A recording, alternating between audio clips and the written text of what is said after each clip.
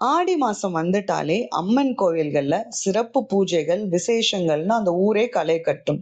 பக்தர்கள், குறிப்பாக பெண்கள், அம்மனுக்காக விரதம் இருந்து பால் குடம் எடுக்கிறது, திருவிளக்கு பூஜை செய்யறது அப்படின்னு சொல்லி சிறப்பு வழிபாடுகள் நிறைய செய்வாங்க. அந்த மாதிரிதான் எங்க ஊர்லயும் எங்க பகுதியில இருக்கிற பெண்களோடு சேர்ந்து நாங்களும் ஒரு எளிமையான திருவிளக்கு பூஜை செஞ்சோம். அந்த திருவிளக்கு பூஜையோட வீடியோவை தான் நான் அன்புடன் அருணா சேனல்ல ஷேர் பண்றேன். இந்த வீடியோவை பார்க்கிறவங்க எல்லாருடைய வாழ்விலும் அந்த அம்மனுடைய அருள் பரிபூர்ணமாக கிடைக்க வேண்டும் என்று மனதார அந்த அம்மனை பிரார்த்தனை செய்து கொள்கிறேன்.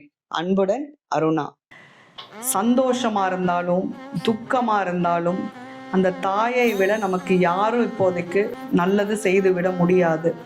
இதுவரை நான் ஏதாவது உங்களுக்கு குறை வச்சிருந்தேன்னா, அம்மா தாயே என்னை மன்னித்து விடு தாயே. இந்த திருவிளக்கு பூஜையின் மூலம் என்னுடன் இருந்து எனக்கும் என் குடும்பத்திற்கும் என்னை சார்ந்திருப்பவர்களுக்கும் நல்லதை மட்டுமே கொடுக்க வேண்டும். இந்த மாதிரி ஒரு இதுக்கு நீங்க வந்திருக்கக்கூடிய விஷயமே அந்த அம்பிகையினுடைய அருளால் தான் அப்படின்னு நான் பரிபூர்ணமா நம்புறேன்.